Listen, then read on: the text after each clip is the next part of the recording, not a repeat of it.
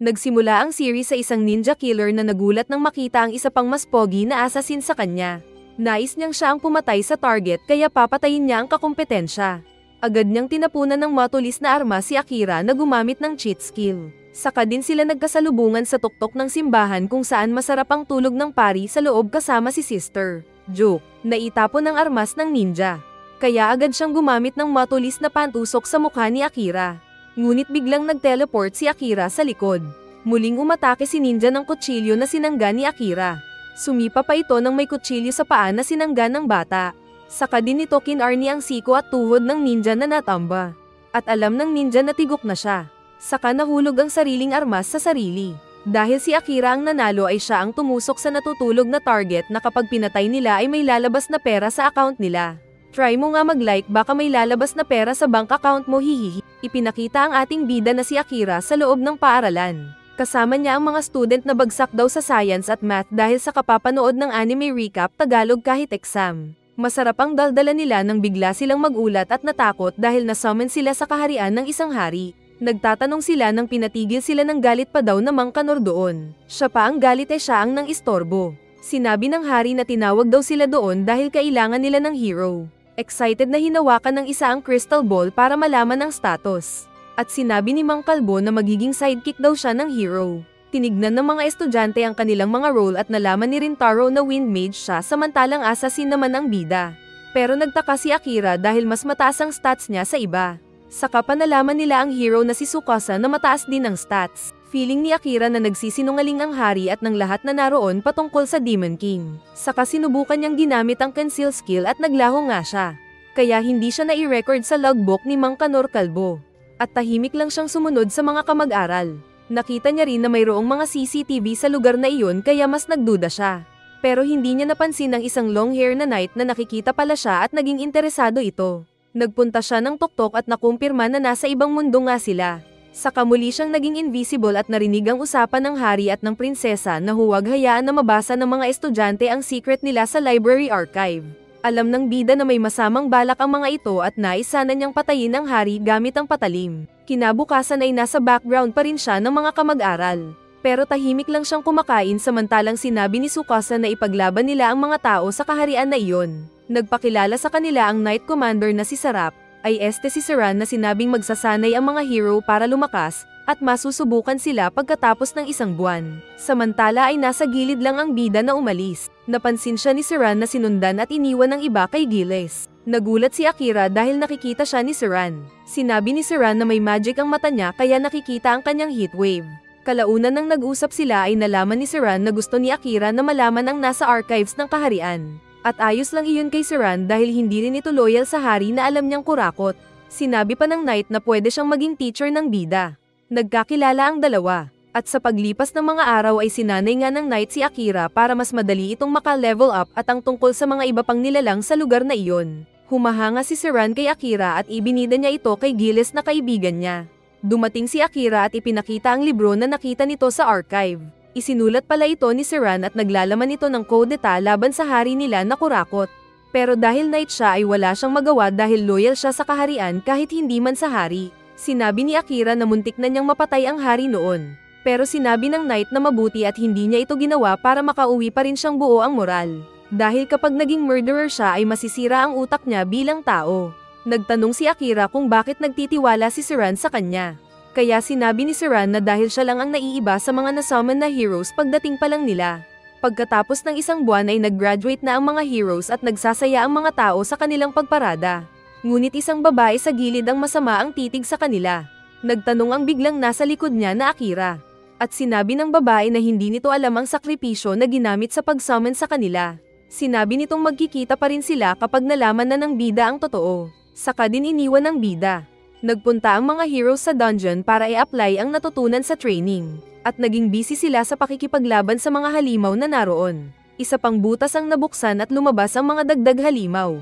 Kaya ginamit ni Saran ang Holy Sword at pinatay ang mga kalaban. Agad na tumakbo ang mga heroes para umatras. Ngunit mas maraming orc ang naroon na naghihintay. Naalala ni Tsukasa ang ibinigay na magic ball ng prinsesa at ihinagis ito sa mga kalaban. Akala nila kung ligtas na sila pero may lumabas na mas malakas na Minotaur. Nagulat sina Giles at Akira na sumunod dahil may kalabaw doon na binugbog ang iba. Matapang na umatake si Akira at tinalon ng likod ng bulalo na sinaksak ng blade. Pero makapal talaga ang balat ng kalabaw kaya ang armas niya ang nabasag. Umilag siya at nilapitan ng hero na nanghihina. Sinabi ni Akira na magpahinga na muna ang hero at kinuha ang espada ng isa. Sinabi ni Tsukasa na trabaho niyang protektahan ang mga kasama. Pero sinabi ni Akira na bahala sila sa kanilang mga sarili kaya nga sila nagsanay ng isang buwan. Feeling down si Tsukasa na dapat daw siya ang nasa spotlight na lumalaban. Napansin ito ni Akira at tinawag ang isang disenchanter at sinubukan ng babae na tanggalin ang curse sa hero. Samantalang bumalik sa laban si Akira at sinamahan si Saran. Sinabi ng bida na oras na para gamitin ang pinag-aralan na skill saka din nag-invisible. At pumayag naman si Saran na ginamit ang Holy Sword skill nito na nagpalabas ng bolang apoy at sinunog ang malaking kalabaw. Karne na iyan boy. Samantala ay nasa likod naman na ng kalaban si Akira na ginamit ang shadow magic nito. Lumabas ang tusok-tusok na anino na power ng bida at tinusok-tusok nito ang kamay at katawan ng malaking kalabaw. Saka pa ito hinila pa ilalim at pinutol ang ulo nito na nalunod din. Kaso ay hindi pa gamay ng bida ang power nito at nahihirapan siya. Pero nasa likod na niya si Saran na sinabing mag-focus lang siya. Ginawa nga niya ito at naitago naman niya ang overpower na kapangyarihan. Nagawa niya ito dahil daw sa tulong ni Saran. Pero ang totoo ay unang beses na nakita ni Saran ang power na iyon. May ibinigay na regalo si Saran sa bida at isa itong katana. Ninakaw daw ito ni Saran sa Royal Armory pero tinanggap pa rin ito ng bida. Pag-aari daw ito ng unang hero na nasummon nila noon na galing din sa Japan kaya Japanese ang text sa espada. Hindi nagawa ng mga heroes na matanggal ang kulam kay Tsukasa. Pero alam ni Saran kung sino ang salarin. Ipinakita ang prinsesa na witch pala na gamit ang kristal ay kinukulam si Tsukasa para maging puppet nito. Biglang dumating si Akira na inis pa ang kristal na nasira. Saka tinutukan ng prinsesa na sinabing huwag umasta na witch. Sumagot ang prinsesa na ginagawa lang niya ito para sa kanilang hari. Tahimik lang naman ang bida na umalis ng bintana. Pero pag alis niya ay marami pa palang mga kristal ang naroon na ginagamit ng prinsesa para sa iba pang mga hero. Nalaman ni Saran ang nangyari at ang pagpapakita ng mukha ni Akira sa prinsesa. Sinabi ng Knight Commander na huwag matutulog ang bida sa castle dahil gagamitin ng prinsesa ang iba pang mga heroes para mapatay siya. Nagtanong si Akira kung hindi ba siya papagalitan ni Saran. At sinabi ni Saran na dahil bata pa siya na hindi masyadong nakakapag-isip. At trabaho nilang mga matatanda na ayusin ang epekto ng ginawa niya. Natulog nga siya sa labas sa isang puno. Paggising ay nagpunta siya sa kinaroroonan ng mga natipon na mga tao. Tangi na si Tsukasa lang ang normal na kinausap siya at sinabi ang nangyari kay Saran. Agad nilapitan ng bida ang katawan ni Saran na may nakasaksak na punyal sa puso. Patay na ito na niyakap ng bida at nagtanong kung sino ang salarin. Pero sinabi ng lahat ng naroon na ang dagger niya ang nakasaksak kaya huwag na siyang magmaang-maangan pa. Dahil dito ay napagtanto ng bida na kontrol na din ang mga ito ng prinsesa. Saka sinabi pa ng hari na dapat siyang mamatay dahil sa pagpatay sa commander.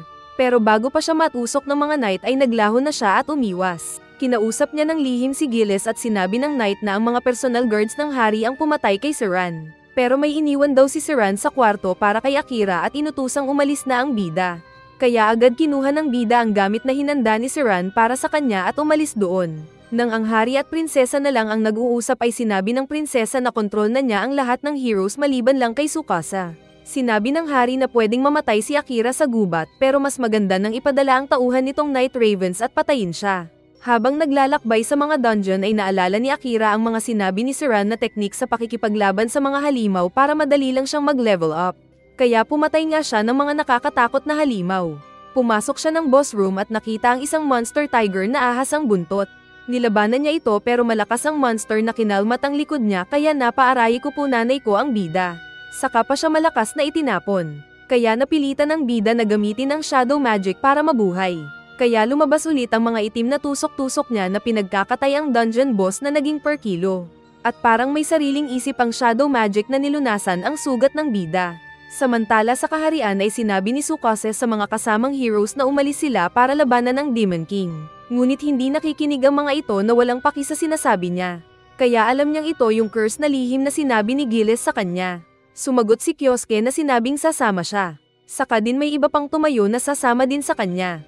Agad naman silang nakalabas agad ng kaharian. Nasabi ni Yuki na dahil isa siyang disenchanter ay hindi siya tinatablan ng curse at ramdam nito ang mga tao na hindi napapasailalim sa curse at lahat silang naroon ay malinis. Sinabi naman ni Kyosuke na naalala niyang pumasok siya ng isang kwarto at may sinira na mga kristal gamit ang isang espada na hindi niya alam kung saan nagmula.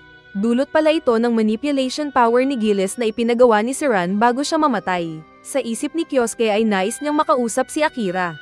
Magkaibigan pala sila sa tunay na mundo at mag-best friend din ang kanilang mga kapatid na babae. Ipinakita si Akira na nagising mula sa pagkakatulog at nagulat siya dahil nag-heal ang katawan niya at nag-level up pa siya.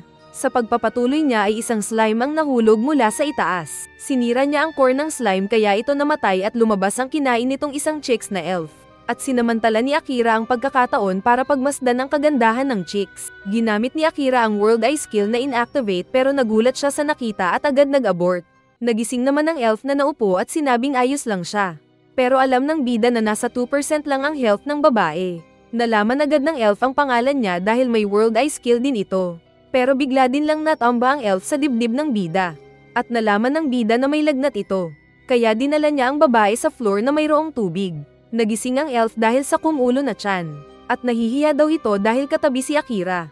Pinainom ito ng bida para agad mabawasan ang sakit. Saka din pinakain ng elf ng kanin na may asukal na agad kinain ng babae. Saka din nagpakilala si Amelia na isa siyang royal blood elf na alam na ng bida dahil sa saglit na paggamit ng World Eye skill kanina. Nagtaka ang babae dahil sanay ang bida sa pag-aalaga ng mga may sakit. Dahil daw inaalagaan ng bida ang nanay na may sakit. Natulog ang bida na binuksan ang danger alarm skill. Tapos pangiti-ngiti naman ang elf na masaya sa kasama. Kalaunan pa ay nagpunta sila sa level 80 at magkasamang tinalo ang ilang mga orc gamit ang gravity power at espada. Pagpasok nila sa dungeon boss ay nagulantang sila at umiwas sa pag-atake ng isang dragon. Gumamit ng gravity ang elf at nasaktan ang dragon. Samantalang gumamit ng conceal skill ang bida pero nadetect siya ng dragon dahil sa kanyang mana at nasaktan. Pero pag-atake ng dragon ay ginamit mismo ng bida ang mana at shadow magic kaya nasaktan ng dragon saka din niya sinaksak sa mata. Tapos agad na iniligtas ang elf bago matamaan ng nahulog na dragon. Nagulat din ang elf dahil nagawa ni Akira na magamit ang mana sa paligid bilang armas. Biglang naging pusa ang dragon na kinalaban nila. At gamit ang World Eye skill ay nalaman ng elf na isa itong black cat na may kakayahang mag-shapeshift. At ubos ang HP nito. Hindi pa kontrol ng bida ang World Eye skill na ipinagtaka ng babae. Alam ng bida na mahina na ang kaharap kaya hindi makalaban. Sinabi naman ng pusa na pwede na siyang patayin ng bida pero hayaan daw siyang iparating muna ang message ng boss niya. At sinabi ng pusa ang imbitasyon ng Demon Lord sa bida na samahan siya sa kanyang trono sa isang bulkan. Saka din humilata ang pusa na handa na daw mamatay. Ayaw ng bida pero sinabi ng pusa na magkalaban ang tao at demon. Sinabi din ng elf na kapag hindi mamatay ang dungeon boss ay hindi babukas ang pinto. Ipinaliwanag ng bida na paborito niya ang mga pusa. At dahil ang pusa ang unang halimaw na nakalaban niyang nagsasalita, sinabi ng elf na may isa pang paraan para makalabas sila. Iyon ay kapag nagkaroon ng kontrata ang Demon Cat at si Akira. Minaliit siya ng pusa pero sinabi ng elf na may kakayahan si Akira na gamitin ang mana sa paligid nito. Nagtaka ang elf kung bakit interesado ang bida sa pusa lalo na at pwede siyang mamatay kapag hindi nagtagumpay.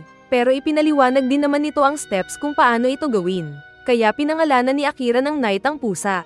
Saka din ginamit ang sariling mana at mana sa paligid para makipag-isa sa pusa. Nakita niya ang pangyayari na sinira ng pusa ang isang bayan at maraming mga tao ang namatay. Sinabi niya sa pusa na itigil ito. Pero pinatamaan siya ng power ng pusa kaya siya nasaktan. Memory yun ng pusa na sinabing patayin na siya bago pa matigok ang bida. Saka pa inatake ang bida na nasaktan. Kaya nag-alala ang elf nang makitang nagdugo ang tenga ng bida. Tumalon pa si Akira na sinadyang magpatusok sa matulis na kuko ng pusa. Kaya nagtanong ang pusa kung bakit niya ito ginagawa imbes na magkalaban sila. Pero ipinaliwanag ni Akira na alam niyang hindi din siya naisaktan ng pusa. At ipinangakong tapos na ang panahon ng pagiging Terminator ng pusa. Natamba si Akira sa bisig ng elf. At sinabi niyang nagtagumpay ang bida sa pag-connect sa pusa kaya nagkaroon sila ng soul tie sa pusa. Paalala, huwag na huwag kayong makikipag-soul tie sa mga demonyo at iba pang spiritual entities dahil kayo ang magiging kawawa. At act of war ito sa Diyos. Naging master nga ni Knight ang bida at kaibigan na rin ito ang mga kaibigan ni Akira. Kaya excited naman si Amelia. Sinabi ni Amelia na magtsismisan muna sila habang nagpapahinga at habang hindi pa nabubuksan ang pinto. Nagulat naman na masaya ang grupo ni Tsukasa dahil nakakita sila ng bayan na Japanese village ang itsura. Kaya masaya silang nagpalit ng damit ng kanilang culture at kumain din ng Japanese cuisine. Alam nilang nauubusan na sila ng pera kaya sinabi ni Rintaro na pwede silang maging adventurers. Maliban doon ay napagkaisahan nilang mag-imbestiga sa mundong iyon para malaman ang dapat nilang malaman. At posible na makakauwi sila kaagad kapag natalo nila ang Demon King. Sinabi ni Kyosuke na kailangan nilang mahanap si Akira at kapag manatili sila doon ay tiyak na makikita nila ang bida. Dahil alam niyang ito ang pinakamalakas sa kanila at kailangan nila si Akira para madali na matalo ang Demon King. Halos lahat ay payag na hintayin nila si Akira dahil alam naman nilang na-setup lang ito ng curse user. Pero sinabi ni Tsukasa na hindi pala kaibigan si Akira simula pa noong kinder sila at baka hindi ito makikipag-teamwork sa kanila. Ang espada lang ng hero ang pwedeng pumatay sa Demon Lord. At kailangan niya lahat ng suporta na matitipon. Kaya sinabi ni Tsukasa na kailangan nilang magpalakas habang hinihintay si Akira. Upang kapag nagkita silang muli ay papayag na itong makisali sa kanila kapag malakas na silang lahat. At pumayag naman ang lahat. Ipinakita si Amelia na tumatakbo at pinatamaan siya ng pana ng isa pang elf sa paa. Nakatakas naman siya pero paglingon ay nasa likod na ang mas maraming nanghahunting sa kanya. Papatayin na sana siya pero gumamit si Amelia ng gravity skill at nasira ang kinatatayuan niyang bumagsak at tinangay ng agos ng tubig. Pero kinain siya ng slime na mas nauna kaysa sa bida kaya daig ng masikap ang masipag. At paggising na niya ay katabi na niya si Akira. Ito ang kwento ni Amelia habang kumakain. Ngunit inutusan siya ni Akira na umuwi sa Elf Village at ayusin ang problema sa pamilya. Nagkwento din ng bida na miss na nito ang pamilya at nais nang umuwi. Pero bago nito ay may nakilala kasi siyang tao na binigyan siya ng halaga. At ito si Siran na pinatay ng mga masamang tao. Kaya galit na galit si Akira na inilabas ang killer intent na kinabahala ng pusa at elf. Natigilan lang siya sa pagtawag ni Amelia sa pangalan niya. Kaya humingi ng tawad ang bida. Narinig na din pala ng pusa at ni Amelia ang magiting na pangalan ni Siran. Saka din nila nilaro-laro ang malaking pusa para daw maging magaan ang pakiramdam ng bida. Sinabi pa ni Amelia sa isip na inggit kay Knight na kinakadal ng bida. Nang makapagpahinga na sila ay handa na silang puntahan ang teleportation circle. Sinabi ni Amelia na mapupunta sila sa lugar na wish ng papasok nito. Sumagot ang bida na hindi nila alam kung saan sila mapapadpad. Pero handa daw si Amelia na sumunod kahit saan papupunta ang dalawa. Saka nga sila pumasok ng circle. Sa isip ng bida ay nais niyang bumalik sa mundo pero naisip muna nito ang kasamang elf. Paglabas nila ay natakot si Amelia dahil nakabalik sila sa tahanan ng mga elf. Kaagad na may nagpatama ng palaso sa kanila na target ang babae kaya iniligtas siya ni Akira. Hinagisan niya ng punyal ang isa pang palaso saka din kaagad na pinuntahan ng archer at tinutukan ito ng punyal. Kaya nahuli ang archer na si Liam na kilala ng babae. Sinabi ni Liam na hindi niya inasahang makikita ang Tridor na Amelia at hindi na ito ang prinsesa nila. Magdadaldal pa sana ito pero pinatulog na siya ng bida. Ngunit alam ng bida na napalibutan na sila at ipinakita nga ang maraming mga elf na nakahanda na ang mga pana. Saka din dumating si Kilika na kapatid ni Amelia. Kaya alam na ng bida na family feud ang problema ni Amelia. Ipinakita na may mga bantay si Amelia noon na bodyguard. Samantalang hinahabol naman ng iba pang warrior elf si Kilika. Pero lahat ng mga lalaking fighter ay madali lang tinatalo ni Kilika gamit ang espada. At kasama na si Liam. Si Amelia ang dapat na tagapagmana ng kaharian nila. Pero biglang nagbago ang kanyang tadhana dahil isa daw siyang child of light. Magiging asawa niya sana si Liam noon pero nag-back out ito. Tapos patawa-tawa pa ang kapatid niyang si Kilika. Dumating ang pagkakataon na lahat ng mga elf na naimpluwensyahan ni Kilika ay ipinagtabuyan si Amelia at sinabing si Kilika ang dapat na uupo sa trono. Sinabi ni Amelia na aalis na siya pero ayaw daw ni Kilika. Nakisabat na din ang bida at nagpakilala na assassin na bagong kaibigan lang ni Amelia. Nagtanong ang bida kung anong krimen ang ginawa ni Amelia. Kaya ipinakita ni Kilika ang scar sa kamay na dulot daw ng poison na ibinigay ni Amelia. Pero sinabi ni Amelia na healing potion daw talaga ang ibinigay niya. Lumapit si Kilika na tinignan sa mata si Akira at ginamitan nito ng mesmerize power. At pag-aari na daw niya ang lalaki. Dahil dito ay nagalit ng labis si Amelia na sinumbatan ang nagulat na kapatid dahil naging matapang si Amelia sa oras na iyon. Pero pinatigil silang pareho ni Akira dahil hindi daw siya naapektuhan. Sinabi ni Knight na hindi pwedeng ma-hypnotize ng mas mababa ang level ang mas mataas ang level. Sumigaw si Kilika na patayin ng mga royal guards ang bida. Kaya naghanda ng shadow skill si Akira. Pero pinatigil silang lahat ng dumating na hari na kinagulat ni Kilika. Nagtanong siya ng paliwanag mula kay Kilika pero isang kawal ang nagsabi na kasalanan ito ni Amelia. Subalit pinatigil ito ng hari at muling nagtanong kay Kilika.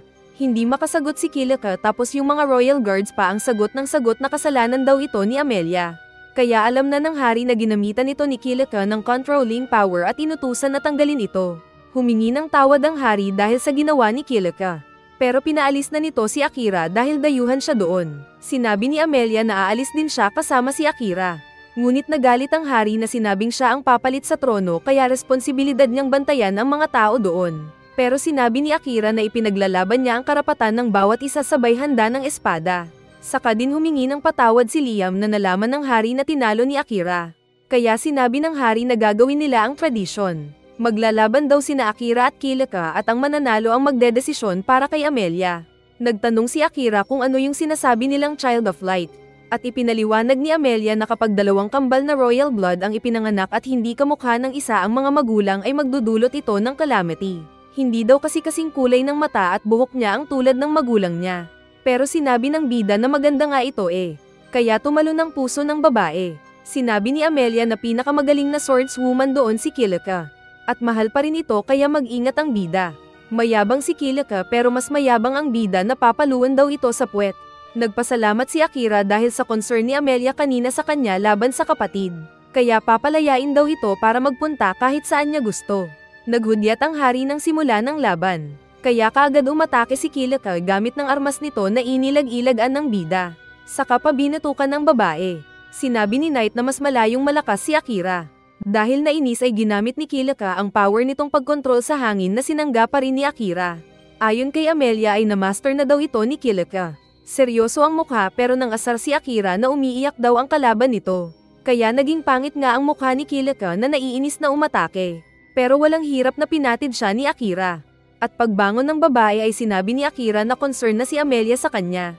Pero nagalit pang lalo si Kilika na muling ginamit ang espada na binabuff ng hangin. Was-iwas ito ng was-iwas na iniiwasan ng bida.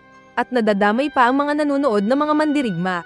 Pero prinotektahan naman ni Knight si Amelia. Sinabi ni Kilika na kinuha lahat ni Amelia ang dapat na para sa kanya. Noong bata pa sila ay close silang dalawa. Pero dahil nalaman nilang may kakayahang special si Amelia ay nagselo si Kilika dahil wala nang pumapansin sa kanya. Sumigaw si Amelia na tumigil na si Kilika pero hindi na ito marinig ni Kilika. Saka nilapitan siya ni Liam na may ibinigay. Kinuha naman ito ni Amelia at ginamit ang sanga ng holy tree na pinalipad sa ere at sumabog ang magical light na ginising ang lahat ng mga elf na na-mesmerize ni Kilika. Hindi ito lingid kay Kilika na mas na-depress at sinabing mawawala na niya ang lahat tulad noon. Kaya mas lalo siyang umatake ng whirlwind attack nito. Naisip ni Akira na kung iiwas siya ay matatamaan si Amelia sa likod niya. Kaya ginamit niya ang shadow skill para kainin ang power ni Kilika na nangyari naman. Pero bago pa kasamang makain si Kilika ay inutusan ng bida ang shadow na siya ang kainin. Nangyari naman ito pero pinagbuff lang ng shadow power si Akira. Sinanggapan niya ang pag-atake ni Kilika kaya naitapon ang natalo na babae. Sumuko si Kilika na malungkot dahil feeling niya ay pagtatawanan nila siya.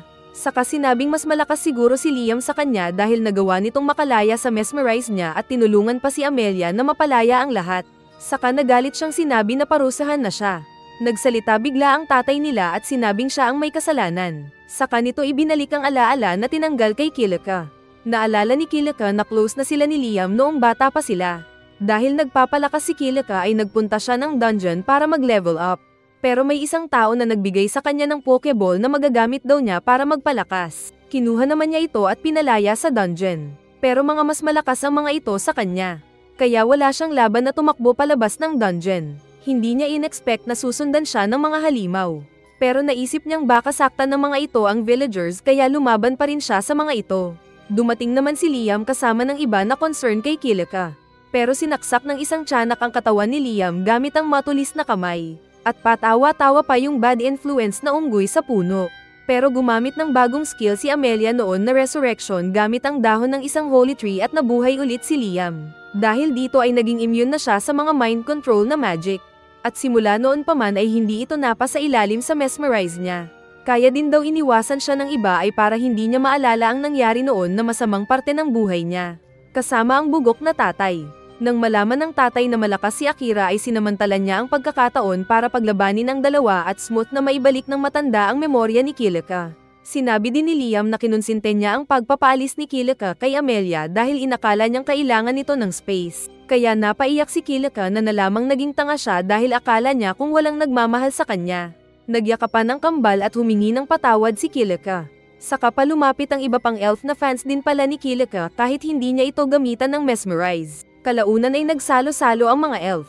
At sinabi ni Akira na dahil nanalo siya ay pwedeng puntahan ng kasamang elf ang kahit saan na gusto. At pumayag naman ng matanda dahil kasama iyon sa pastahan. Sinabi ng bida na susunod silang pupunta sa Beast Folk Continent. Nang sila na lang ay nag-request ang babae kay Akira. Hiniling nitong sabihin ng bida ang pangalan niya. At pinagbigyan naman ito ni Akira. Kaya masayang-masaya si Amelia na sinabing sasama sa lalaki kahit saan magpunta. Ipinakita din sina Kyosuke at iba pa na patungo na rin sa Beast Folk Continent. Nagpaalam na sina Akira at Amelia at sinabi ng tatay na ihahatid sila ng mga sundalo. Pero sinabi ni Amelia sabay yakap kay Akira na malakas daw ang lalaki nito. Sinabi ni Kilika na ihahatid sila kasama ng mga Royal Guard. Pero tumanggi si Akira. Sa karwahe ay nagtanong si Akira kay Knight kung bakit behave daw ang pusa doon. Alam kasi ng bida na nakikita din ng Demon Lord ang galaw ni Knight. At kung maglalaban man isang araw sina Akira at ng Demon Lord ay piliin ni Knight ang dating boss. Pero sinabi ng pusa na siya daw ang pipili ng desisyon sa araw na iyon. Sinabi ni Amelia na baka naging interesado ang Demon Lord na makita siya dahil sa ipinakita niyang lakas. Sinang-ayunan naman ito ng pusa lalo na at may kakayahan si Akira na gamitin ang shadow skill. Pinatigil ni Akira ang karwahe nang maramdamang may kalaban. Lumabas sila at nakita ang ilang mga abo sa yaft na nang kidnap ng elf. Sinabi ng mga ito na talian ng mga bida ang kanilang sarili. Pero ginamit ni Akira ang conceal skill at ni-knockout ang mga terorista. Saka ito din ang kanilang itinali. Kaya naligtas ang batang elf. Nalaman nilang tauhan daw ito ng isang boss ng mga beast folk na kasapi ng elf trafficking. Pagkatapos pa ay sumakay sila ng barko at sinabi ng pusa na ilang araw ang kanilang biyahe kaya matutulog muna ito. Feeling naman ni Amelia na nagde-date sila sa cruise ship. Pero nakita niyang nagbabasa ng libro si Akira na ibinigay ng tatay niya. Kaya naiinis ang babae. Buong paglalakbay nila ay nagbasa daw ng libro ang bida. Pagbaba nila ng ship ay nakasalubong naman sila ng grupo ng beast folks na sinabihan si Akira na iwan ang kasamang elf. Dahil ayaw ng bida ay umatake ang mga ito. Pero binulag sila ng bida gamit ang shadow skill. At nasaktan ang mga beast folk na sakit ng lipunan. Kaya malayang umalis ang mga bida kasama ang black na pusa. Natatakot ang mga nilalang doon nang makita ang itim na pusa na kasama ni na Akira. May nakaraan daw kasi ang mga ito sa isang disastrous na black cat. Kumain sila ng marami. At pagkatapos ay naghanda na sila para matulog. Dalawa ang kama doon pero gusto ni Amelia na matulog sila sa iisang kama dahil malaki naman ito. Saka pa daw nagpaalam ang pusa na umalis dahil may kakausapin. Kaya nagpasalamat si Amelia na may balak. Pero wala nang nagawa ang bida nang umalis ang pusa. Nag-shower si Amelia. At paglabas ay nakahanda na ito. Pero nakita niyang nakatulog na si Akira na inakala niyang napagod kaya tumabi na lang ito sa lalaki. Pero ang totoo ay gising pa pala si Akira na inakalang hindi makakatulog sa gabing iyon. Ginising siya ni Knight kinabukasan na kinantsawan pa ang bida dahil katabi nito ang elf princess. Saka sinabing maghanda ang dalawa dahil may bisita sila. Pumasok si Crow na dumating dahil kay Nightmare of Adley na walang iba kundi si Knight.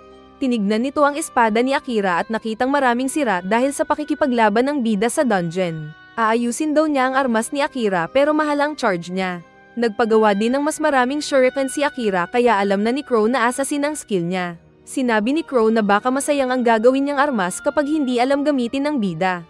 Kaya nainis si Amelia. Pero ipinaliwanag ni Knight na dating kasama ng naunang hero na lumaban sa Demon Lord si Crow. Ibinigay ni Crow ang listahan ng mga materyal na kakailanganin nila. Kapag nakuha na ng bida ang mga materyal at pera ay puntahan lang siya. Saka din umalis si Crow. Nagpaalam si Amelia na gusto niyang kausapin si Crow saka din ito lumabas ng pinto. At para makasiguro ay inutusan ni Akira ang pusa na samahan si Amelia.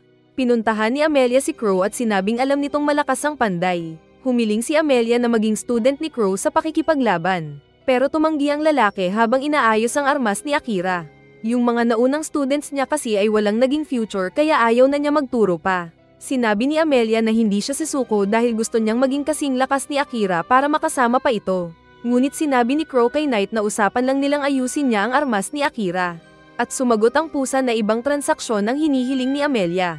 Napatanong si Amelia kung bakit Nightmare of Adlia ang tawag ni Crow sa pusa. Kaya nagkwento ang pusa na noon ay inutusan siya ng boss na Demon Lord na puntahan ang lugar na iyon para takutin. Ngunit nang nasa kasiyahan na siya ng pagsira sa lugar ay nawalan siya ng kontrol at pinagsisira ang lugar na iyon bilang isang malaking Cerberus. Saka din lang siya naging itim na pusa na nagsisisi sa ginawa. Pero dahil iba na ang master niya ay wala na siyang intensyon na mangsira.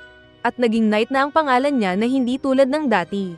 Alam nitong may dahilan daw si Crow para magalit sa kanya dahil sa kanyang ginawa. Pero sinabi ni Crow na hindi siya galit sa pusa. Ipinakita ang nakalipas ni Crow nang nasa sementeryo ito at kinakausap si Knight. Sinabi ni Knight na kung kasama ang kapatid ni Crow sa napatay niya noon ay patayin siya kung gusto. Pero sinabi ni Crow na tumutulong ang kapatid niya sa mga nasugatan na tao. Tapos isang mayaman na tao ang nagmamadali na umalis ng bayan na iyon baka bumalik ang halimaw. Dahil maraming nakaharang sa daan ay pinatay sila ng mayaman na tao gamit ang malakas na laser. At kasamang namatay ang kapatid ni Crow. Kaya hindi galit si Crow sa pusa kundi ay sa tao na pumatay sa kapatid niya. Dahil sa narinig ay nasabi ni Amelia na kaawa-awa. Akala ni Crow kung dahil ito sa pagkamatay ng kapatid niya.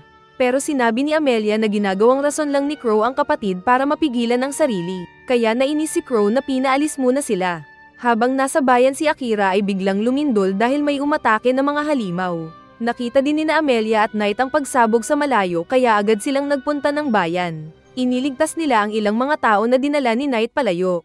Habang nakikipaglaban si Amelia ay nagsalita ang loko-loko na karakter.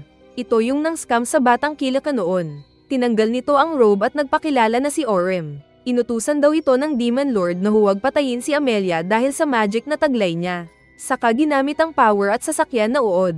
Sinabi ni Knight kay Akira gamit ang utak na kinuha ng kalaban si Amelia na hindi niya naprotektahan. Kaya nagagalit si Akira na pinulot ang isang espada at maraming pinatay na mga halimaw.